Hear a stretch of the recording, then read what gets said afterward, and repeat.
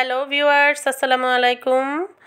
কেমন আছেন সবাই? আজকে আমি মজাদার ডোনাট রেসিপি নিয়ে আপনাদের মাঝে চলে আসলাম। প্রথমে আমি মেজারমেন্ট কাপে 2.5 কাপ পরিমাণ ময়দার গুঁড়ি দিয়ে নিয়েছি। এবার সাথে আমি 1/3 কাপ পরিমাণ গুঁড়ো দুধ দিয়ে দিয়েছি, পরিমাণ মতো লবণ দিয়ে নিয়েছি। এবার 4 টেবিল চামচ আমি চিনি দিয়ে দিয়েছি। সবাই স্বাদ অনুযায়ী, নিজেদের স্বাদ অনুযায়ী চিনি দিয়ে নেবেন। এবার আমি 1 টেবিল চামচ ইস্ট দিয়ে নিয়েছি। ইস্টটা দিতেই হবে, না হয় ডোনাট হবে না। এবার আমি সুন্দর করে এই শুকনো উপকরণগুলো ভালোভাবে মিশিয়ে নেব। এবার মিশিয়ে আমি মাঝখান থেকে একটু গর্ত করে নিয়ে সুন্দরভাবে আমি কুসুম গরম দুধ দিয়ে, আগে থেকে দুধ জাল করে নিয়েছি, এই কুসুম গরম দুধ দিয়ে আমি সুন্দরভাবে ডোটা বানিয়ে ফেলবো। এবার সুন্দর করে একটু একটু করে দুধ দিয়ে নিচ্ছি, একই সাথে দেব না। একই সাথে দিলে আমি পরিমাপটা বুঝতে পারবো না, যেহেতু এই ডোটা একটু নরমই থাকে। এবার আমি সাথে ওই পরিমাণ নিয়ে 2টো ডিম দিয়ে নিয়েছি। আপনারা চাইলে 1টি ডিম দিয়েও করতে পারবেন। এবার আমি আবারও সুন্দর করে নেড়েচেড়ে নিয়ে, আমার মনে হচ্ছে যে এই ডোনাট রেসিপির জন্য হাত দিয়ে ডোটা মেখে নিলে অনেকটাই পারফেক্ট হবে। বারবার আমি মথে নিচ্ছি। এবার আমি 2 টেবিল চামচ ঘি দিয়ে নিচ্ছি, একটু গরম করে দিয়ে নিচ্ছি, এই কারণে এই কালারটা হয়েছে। এবার আমি আবারও ভালোভাবে মথে নিচ্ছি।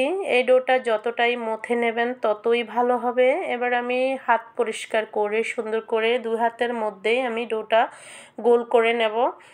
এবার দেখতেই পাচ্ছেন আমি বাটিতে কয়েকটা গুঁড়ি ছিটিয়ে নিয়ে 2টা বাটিতে আমি 2টা সুন্দরভাবে লেচি কেটে নিয়েছি। 2 ভাগে আমি রুটিটা শেপ করে নেব। এবার আমি 10 মিনিটের জন্য রেস্ট রেখে দিয়েছি। 10 মিনিট রেস্ট রেখে দিয়ে, আমি 10 মিনিট দেইনি, আমি আর একটু বেশি নিয়ে রেখে দিয়েছি। এবার আমি সুন্দরভাবে মেখে নিয়ে আমি রুটি বানিয়ে নেব। একটু মোটা আকারে রুটিটা বানিয়ে ফেলবো। মনে হচ্ছে খুবই আঠালো, আসলেই কোনো সমস্যা নেই। এরকম ডোনাটের ডোটা এরকম পর্যায়ে হয়। এবার আমি সুন্দর করে বেলুন দিয়ে একটু রুটি শেপে করে নেব মোটা আকারে। আপনারা চাইলে আর একটু মোটাও করে নিতে পারেন। আমি আমার মন মতো করে মোটা করে নিয়েছি, যেহেতু তেল দিয়ে আমি সুন্দর করে ফ্রাই করে নেব। এবার আমি একটি গ্লাসের সাহায্যে সুন্দর করে ডোনাটটা কেটে নেব। দেখতেই পাচ্ছেন আমি কতটুক মোটা করেছি। এবার আমি একটি গ্লাস দিয়ে কেটে নেব। আপনারা চাইলে কোনো জারের মুখা দিয়ে করে নিতে পারেন। এবার আমি সবগুলো ডোনাট কেটে নেব। কেটে নিয়ে আমি একটি নজেল দিয়ে আমি সুন্দর করে মাঝখান থেকে আবারও ডোনাটের যে মাঝখানে যে ফাঁকা থাকে ওটা করে নেব। এই যে আমি নজেল দিয়ে করে নিয়েছি, খুবই সুন্দরভাবে হয়ে যায়। প্রত্যেকটি ডোনাট আমি একই পর্যায়ে একইভাবে করে নিয়েছি। আপনারা সেম এরকমভাবে করবেন, আসলে ডোনাটটা অনেকটাই টেস্ট হয়। এই যে আমি যে ডোনাটটা কেটে নিয়েছি, ডোগুলো বেঁচে গেছে, আমি আবারও এরকমভাবে বানিয়ে নেব ডোনাটগুলো। আপনারা এরকমভাবে করে নেবেন। ডোনাটটা বাসায় বানালে অনেকটাই টেস্ট হয় এবং ভেজালমুক্ত হয়। আমি সুন্দরভাবে ডোনাটগুলো একই পর্যায়ে প্রত্যেকটা ডোনাট বানিয়ে আমি ভাজার জন্য চলে যাব।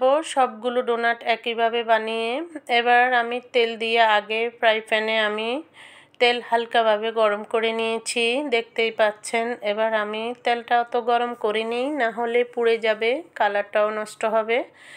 এই যে আমি ডোনাটগুলো আস্তে আস্তে দিয়ে দিয়েছি। সাবধানে দিতে হবে, না হয় তেলে হাত লেগে যাবে। এবার আমি সুন্দর করে ডোনাটগুলো উল্টিয়ে পাল্টিয়ে নেব। 2-3 বার করে উল্টিয়ে পাল্টিয়ে নিলে আমার মন মতো করে কালার হলেই আমি উঠিয়ে নেব।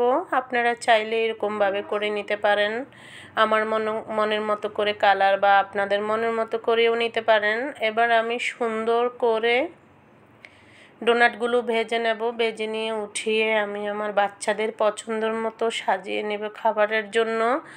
আমার এই ভিডিওগুলো সবসময় যারা পছন্দ করেন তাদেরকে অসংখ্য ধন্যবাদ আমার সাথে থাকার জন্য। এই যে সুন্দরভাবে আমি ডোনাটগুলো ভেজে নিয়েছি।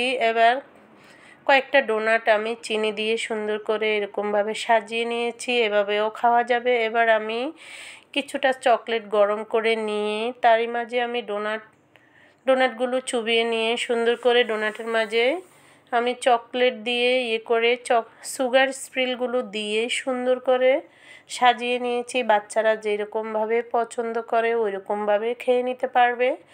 আবার আমি কিছু ডোনাট এভাবেও রেখে দিয়েছি। এভাবে রাখলে আমার বেশি পছন্দ হয়, আমি অন্য কিছু দিয়ে খেতে পারি না।